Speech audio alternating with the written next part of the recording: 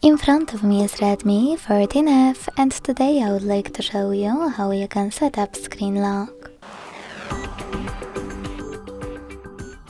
Begin by opening settings and scrolling down to access fingerprints, face data and screen lock. Then hit screen lock here. Pick one of those login methods, pattern pin or password, and after 5 seconds hit go red.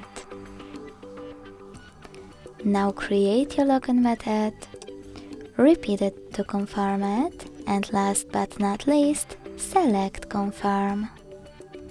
So now when I switch off my screen and turn it back on, icons that pattern is required. Thanks so much for watching. If you enjoyed this video, don't forget to leave a like, comment and subscribe. Bye!